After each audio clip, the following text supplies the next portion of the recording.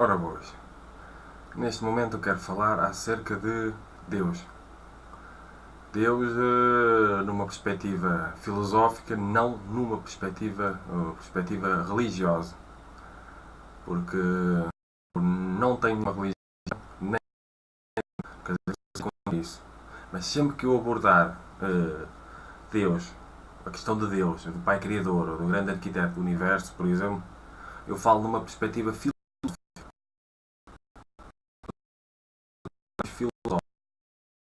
necessariamente dentro de um enquadramento religioso, relativo a esta ou aquela religião, porque eu não tenho nenhuma. É importante frisar isso.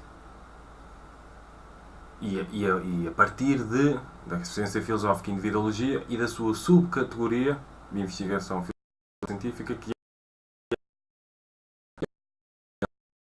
o pai da criação, o pai criador da legalidade, que é as leis fundamentais da existência, onde se enquadra, por exemplo, as leis da física. É uma perspectiva cosmológica, de pensar a vida, de pensar a existência, de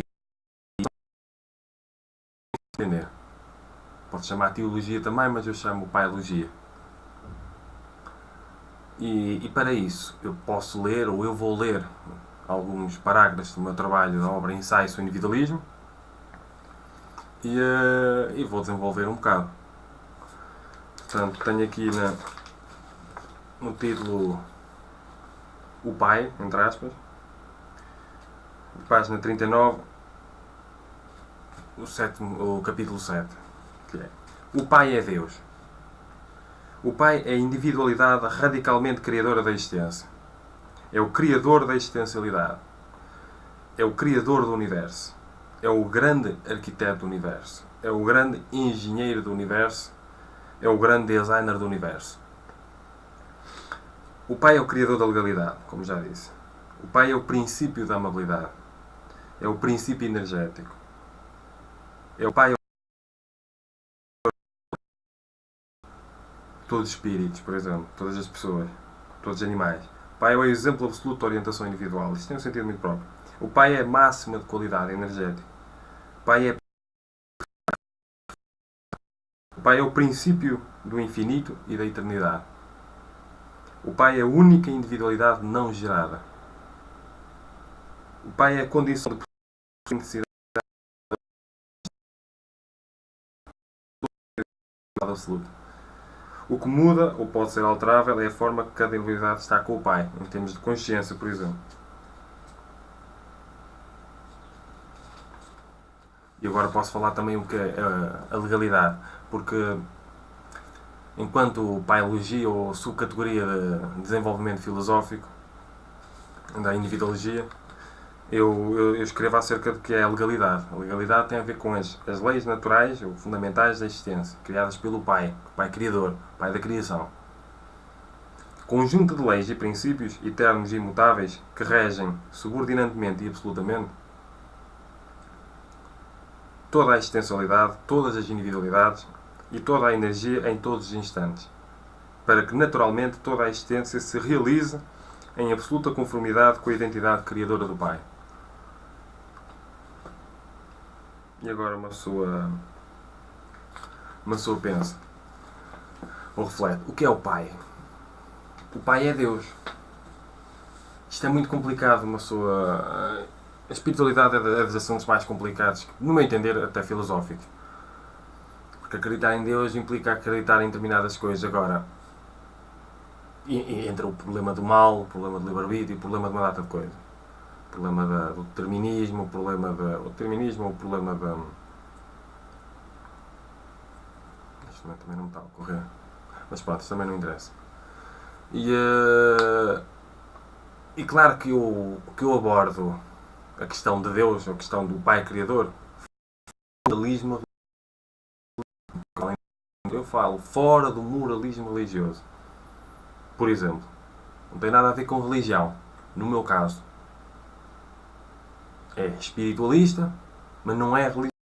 Não partilha aquela religião. Portanto, sempre que eu invocar a questão de Deus, por exemplo, a não ser que eu explique um texto particular, que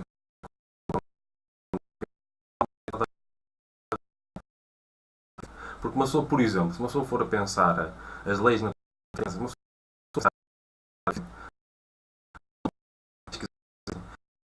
essas leis.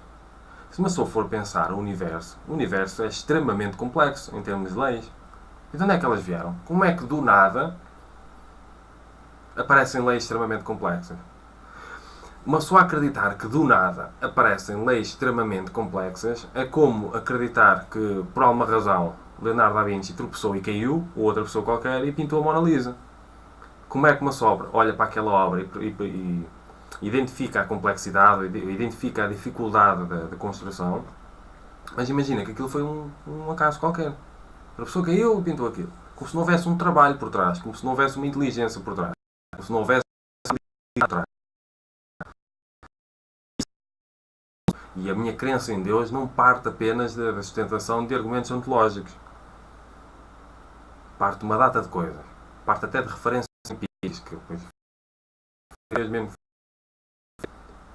Mas seja como for, é muito importante nós refletirmos que até para pensar a existência da vida, se uma pessoa for a compreender algumas leis da física,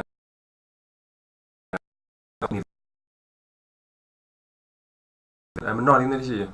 Tudo tendo para a dispersão. Uma pessoa deixa cair um copo, por exemplo, e o copo tem a tendência a partir-se. Ele espalha-se. Agora, vamos pegar nos cacos, deixar cair ao chão e ver se nasce um copo. Não nasce um copo. Porque tudo tende para a dispersão, para gastar uma menor quantidade de energia. E o que é que acontece com a vida? Com a vida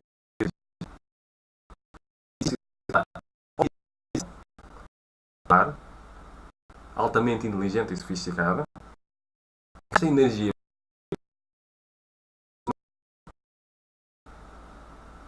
e só isto já se percebe que a tendência para a dispersão, afinal, não é assim. Quando uma pessoa fala em vida. Porque existe uma organização molecular.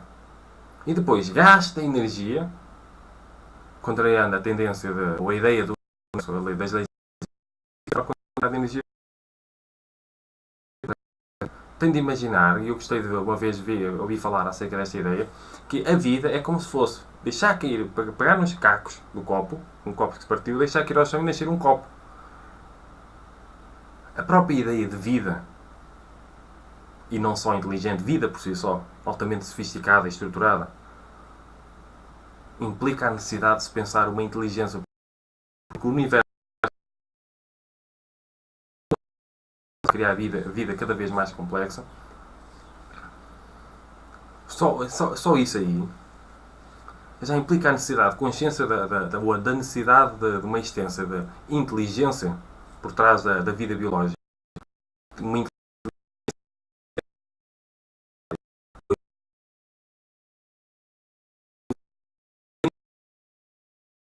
realidade que já existe em termos objetivos. Uma realidade que é regida por leis. Lei da gravidade, seja o que for. Onde é que vieram essas leis? Do nada? Do nada, de repente, aparecem leis extremamente complexas e que funcionam? Pois é. Do nada. E como há muito tempo a religião, a ciência separou da religião, e bem, porque a religião está a permitir. Mas não começou a confundir Deus com religião, como se o Deus fosse uma criação, uma mera criação da religião, mas não. Esses princípios filosóficos não têm nada de outra, não tem a ver com ciência. Mesmo que se comece a entrar num caminho absurdo, sem sentido. E onde não se obtém um determinado tipo de respostas. E nem sequer colocar determinado tipo de perguntas. Porque depois leva para determinado tipo de respostas que a pessoa não quer. Não dá para pensar as leis naturais da existência, não dá para pensar a legalidade, não dá para pensar esta tão que é o universo, sem o cosmo, significa ordem, beleza, mundo, seja o que for, sem imaginar um criador por trás, altamente inteligente e sofisticado. Porque a própria vida, a realidade biológica, contraria determinadas leis da física, da termodinâmica, por exemplo, não vou estar aqui a especificar. Porque senão, nós, em termos de física quântica, as pessoas estudam física morta. E como é que átomos e moléculas a mexerem-se aleatoriamente,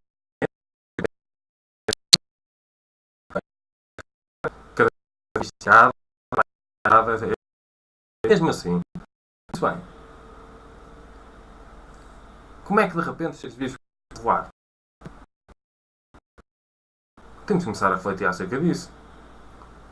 Porque criar um avião para um homem foi muito complicado. E de repente aparece um pássaro com uma forma de voar perfeita, quase. De onde é que isso vem tudo? Nós temos que compreender, no meu entender, que pensar a vida fora de uma inteligência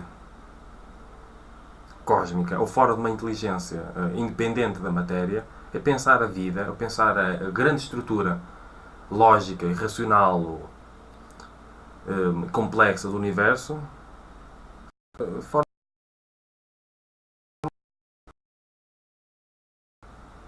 Portanto, no meu entender, tem sim de haver um Pai Criador que criou um universo cósmico com uma ordem própria, porque senão pensar esse universo fora num Criador que criou um universo altamente sofisticado faz apenas um absurdo. É como uma pessoa, vou voltar a lembrar, olhar para uma tela de Leonardo da Vinci, ou a Gioconda, a Mona Lisa, e achar que aquilo por um acaso qualquer ele tropeçou, caiu e lançou tintas e ficou uma coisa complexa como aquela. Ou estruturada, ou bem definida. Ou muito bem expressa. Nós temos de pensar acerca desse tipo de coisas. Agora, nós não temos de acreditar ou seguir uma determinada religião só porque temos a noção que é preciso um ser criador altamente inteligente e sofisticado para criar o universo. E as leis, a sua legalidade. Nós não temos. Estamos em uma religião. Às vezes basta levantar essas questões ontológicas. Nós podemos acreditar em Deus sem ter nenhuma religião. Nós podemos acreditar num Pai Criador, na supramatéria, na existência da realidade espiritual, sem termos de acreditar numa religião ou seguir uma determinada religião. E às vezes as pessoas só procuram uma determinada religião em busca de conforto emocional. Porque têm medo de não seguir uma maioria. Precisam se enquadrar num grupo para se sentirem confortáveis emocionalmente. Têm medo de ser rebeldes. Têm medo de fazer parte de uma minoria. Têm medo de não ser aceitos e íntegros na sociedade, integrados. Mas nós temos de aprender a levantar determinadas questões filosóficas. Não vivemos aí sem saber, andamos aí a passear, sem saber bem de onde é que viemos, o que é que estamos a fazer, para onde é que vamos. Temos de aprender a levantar profundamente questões filosóficas. E mais uma vez eu repito, tal como eu aprendi em filosofia do conhecimento, por exemplo, que há grandes questões que têm a ver com a filosofia, que é a radicalidade, que é procurar a raiz das coisas. A objetividade, que é procurar ser objetivo. Não ficar um mero subjetivismo. A racionalidade, que é procurar a lógica, por exemplo. A razão, o logos, a explicação racional. Não ficar uma mera mitologia. E a ultimidade, e as últimas consequências, por exemplo, quando se está a falar em ética. E não só, em filosofia do conhecimento também. Eu acho muito importante nós refletirmos acerca deste tipo de coisa. Porque espiritualidade é uma questão filosófica profunda, não é só uma questão religiosa ou mera de misticismos. Aborda questões altamente sofisticadas e inteligentes.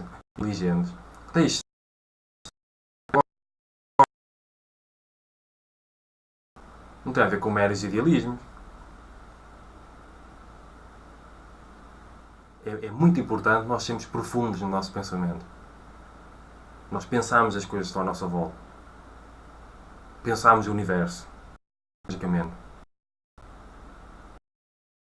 Olhamos para as básicas da existência, da física, por exemplo, entre outras, e perceber de onde é que veio uma coisa tão complexa e tão sofisticada que nós só descobrimos tão pouco. De onde é que isso vem? Do nada? Uma coisa altamente sofisticada e inteligente, o peso qualquer do universo? Não. Faz sentido, no meu entender. É claro que os cientistas depois mais materialistas têm a ver com... É tudo um acumulado de acaso. Um absurdo enorme, tudo um acumulado de acasos. Como não querem admitir uma existência criadora cósmica, porque estão zangados com a religião e eu compreendo. Agora, Deus é uma coisa, o Pai da criação é uma coisa, uma inteligência criadora é uma coisa, outra coisa é religiões. Há muito machismo muito machismo, muito moralismo, muito julgamento dentro de muitas religiões.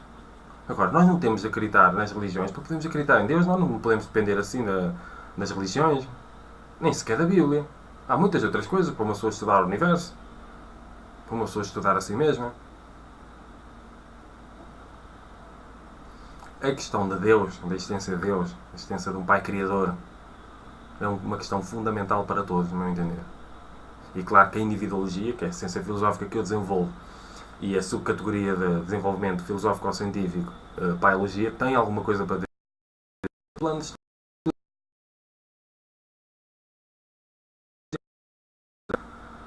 Agora, uma coisa que eu desejo é uma pessoa ter liberdade intelectual, uma pessoa ter independência intelectual, uma pessoa ter curiosidade intelectual, para pensar as coisas, para refletir acerca das coisas. Às vezes as dúvidas existenciais têm um lado positivo enorme.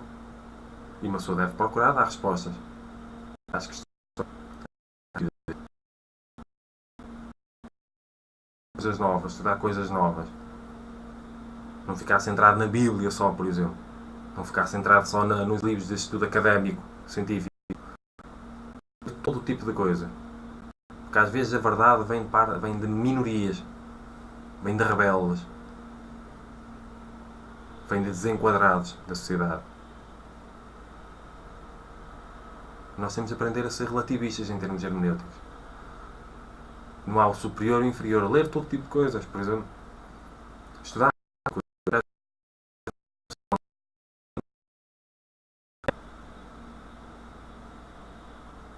No academicamente convencional. Às vezes as grandes respostas precisam de grandes questões que não se encontram no cotidiano. Temos de aprender a estudar, a ler, a investigar, a ir atrás, não escolher a ignorância. Por isso é que eu desenvolvo a teoria da ignorância por escolha, do estado natural da ignorância. Ignorantes todos nós somos. Agora, aquilo que nós escolhemos fazer com essa ignorância depende muito de nós. Tem muito a ver com o livre-arbítrio, com o princípio livre. Agora, claro que uma pessoa depois coloca a questão do mal, como é que Deus existe, como é que existe o mal no mundo, como é que existe. Acho que com a revolta, mas implica a compreensão de determinados assuntos, implica estudo, implica conhecimento, implica uma grande consciência acerca da teoria do reencarnacionismo, por exemplo, mas uma grande consciência com um profundo estudo. Não é saber umas coisitas. Pois facilmente se considera que não tem lógica uma lógica que não se compreendeu. E a lógica do reencarnacionismo implica muito conhecimento. Implica muitas referências empírico-objetivas até. E é fácil uma pessoa considerar que isso não faz sentido sem saber exatamente o que é isso. Porque está de preconceito. Como se... E há muito conservadorismo na ciência. Há muitos dogmas na ciência também. Há muitos paradigmas dominantes que não deixam a ciência avançar em muitos perímetros. E eu acredito numa ciência multidimensional em que estuda as várias dimensões, os vários planos existenciais que eu acredito que existem. Eu tenho prova empírica que existem. Ela é minha. Se eu fui atrás, eu estudei, eu investiguei. As outras pessoas que quiserem têm de fazer por ela. Recomendo essa intelectual, essa. Não ficarmos na mesmice de sempre. Sempre a ler as mesmas coisas. Sempre a estudar as mesmas coisas. Saber a Bíblia de cor, por exemplo, eu não tenho nenhum problema com isso. Acho bem uma pessoa conhecer as coisas, eu acho a Bíblia um livro interessante, mas não saber de mais nada. Ter medo de estudar outras coisas, por exemplo, isso é altamente problemático. Ter medo de estudar outras coisas. E devemos ter cuidado com as pessoas que nos dizem ou que nos colocam o medo para estudar assuntos novos e diferentes. Para nos manipularem, para ficarmos ou para pertencermos e não sairmos de determinada seita, por exemplo. Deve-se sempre estimular a curiosidade intelectual pelas coisas novas e diferentes que andam por aí. Temos de ter cuidado com as pessoas que nos colocam medo para estudar assuntos diferentes. Porque acabamos por limitar a nossa independência intelectual, a nossa liberdade intelectual. Começamos a condicionar-nos epistemologicamente. Temos de aprender a ser humildes e corajosos quando buscamos o conhecimento. Humildes para admitirmos que não sabemos tudo.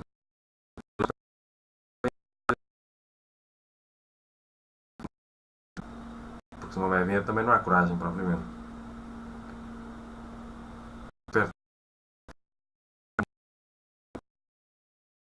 tu ter estimulado a curiosidade intelectual. Porque isso sim é importante. O resto vem por acréscimo. Por agora é tudo e cumprimentos filosóficos.